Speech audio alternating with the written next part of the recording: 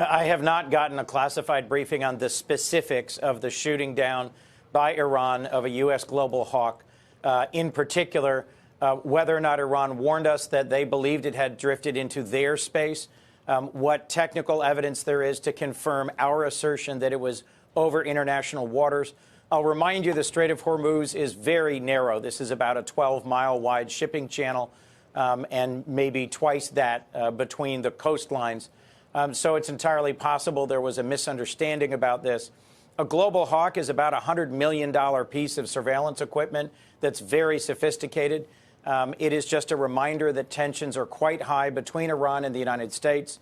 There has been achingly few consultations between the administration and the Senate that laid out a strategy that helped us understand what they view as the red lines for escalation or for a military strike against Iran and what the off-ramps would be. At a time when our own military is still engaged in Afghanistan and Iraq and Syria, I just caution against our sliding into another war that might escalate beyond our control without really discussing and understanding the costs. I'm not sure that the American people are behind an escalating conflict with Iran. And so I'm encouraged if the administration is acting cautiously in the face of provocation by Iran.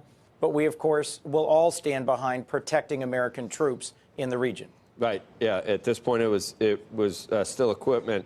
So we should not assume that because of the tanker attacks that we now are fairly certain was Iran. We should not assume that this was the next deliberate escalation by Iran. It still could have been, as the president later said, could have been a mistake, or as you're saying, it's such a narrow strait. You're not assuming that they deliberately decided to take the next step after the tankers, because that, it seems kind of logical. If they did that, you would assume that this was deliberate, right? That's right. And, let me be clear. Iran is a dangerous regime that has spread instability and terrorism throughout the region.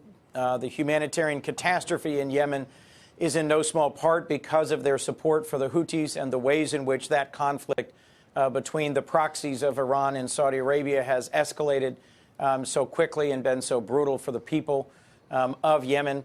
Iran has also projected force over a long period of time into Lebanon and more recently into Syria.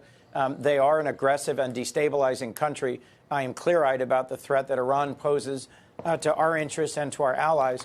I just think news reports this morning that President Trump had first ordered and then called back a strike, as your introduction to this piece reminds us, need to be better understood as to whether that reflected indecision on the part of our president or whether there was some development in the region that caused them to stand down and ordered attack. I don't think we should leap to either conclusion without better information.